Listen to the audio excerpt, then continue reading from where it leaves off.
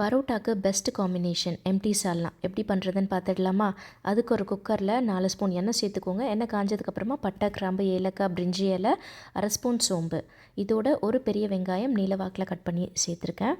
வெங்காயம் நல்லா வதங்கினதுக்கப்புறமா ஒரு ஸ்பூன் இஞ்சி பூண்டு பேஸ்ட், இஞ்சி பூண்டோட பச்சை வாசனை போகிற அளவுக்கு இதை நல்லா வதக்கிக்கலாம்.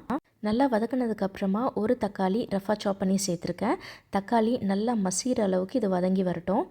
தக்காளி நல்லா மசிஞ்சதுக்கப்புறமா மசாலா ஐட்டம் சேர்த்துடலாம். 2 ஸ்பூன் குழம்பு மிளகாய் தூள், அரை ஸ்பூன் மஞ்சள் தூள், ஒரு ஸ்பூன் காஷ்மீரி மிளகாய் தூள், 2 பச்சை மிளகாய், தேவையான அளவு உப்பு, இதோட ஒரு டம்ளர் தண்ணியும் சேர்த்துக்கோங்க. மசாலாவோட பச்சை வாசனை போய் எண்ணெய் நல்லா பிரிஞ்சு வரணும், அது வரையும் நல்லா கொதிச்சு வரட்டும். இது கொதிக்கிற டைமில் ஒரு பேஸ்ட் ரெடி பண்ணிக்கலாம். 5 ஸ்பூன் தேங்காய் துருவல், 1 ஸ்பூன் கசகசா, 10 முந்திரி ஃபைன் பேஸ்ட்டாக அரைச்சிக்கலாம்.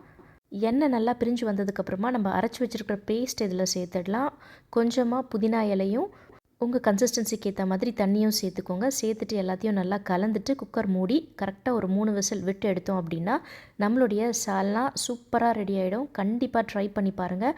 பரோட்டாக்கு மட்டும் இல்லைங்க, சப்பாத்தி, இட்லி, தோசைக்கும் இந்த எம்டி சால்னா ரொம்ப நல்லாயிருக்கும். ட்ரை பண்ணிவிட்டு உங்கள் ஃபீட்பேக்கை மறக்காமல் கமெண்ட் செக்ஷனில் ஷேர் பண்ணுங்கள். பை.